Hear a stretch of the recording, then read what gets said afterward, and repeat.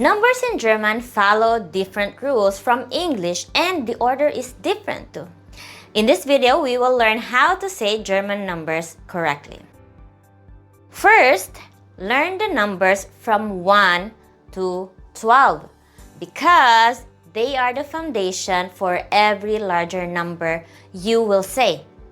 1 is eins, 2 is zwei, 3 is drei, 4 is vier, 5 is fünf, 6 is sechs, 7 is sieben, 8 is acht, 9 is neun, 10 is 10, 11 is elf, 12 is 12.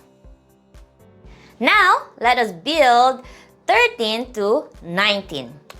The rules are: take the unit, then add the word 10, which means 10.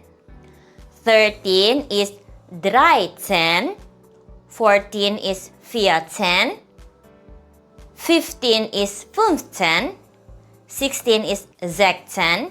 Notice that we dropped the S from sechs. 17 is siebzehn. We dropped the letter en from sieben. 18 is achtzehn. 19 is neunzehn. Next come the multiples of 10.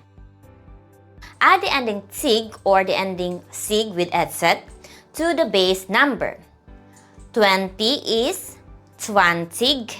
30 is dreißig with etcet. 40 is vierzig. 50 is fünfzig. 60 is sechzig. Again, we drop the S from sechs. 70 is siebzig, where we drop en from sieben. 80 is achtzig. 90 is neunzig. From 21 onward, we reverse the English order.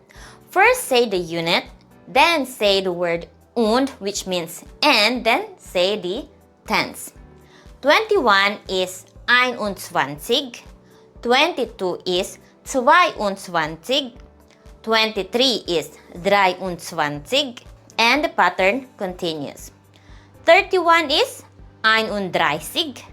45 is fünfundvierzig. 58 is achtundfünfzig. 67 is siebenundsechzig. 79 is neunundsiebzig. 88 is achtundachtzig. 99 is neunundneunzig.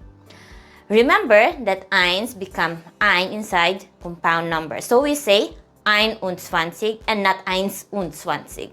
Also, keep in mind the spelling changes in sechzehn and sechzig, and in siebzehn and in siebzig. The German word for 100 is hundert. 100 is ein-hundert, though speakers often just say hundert.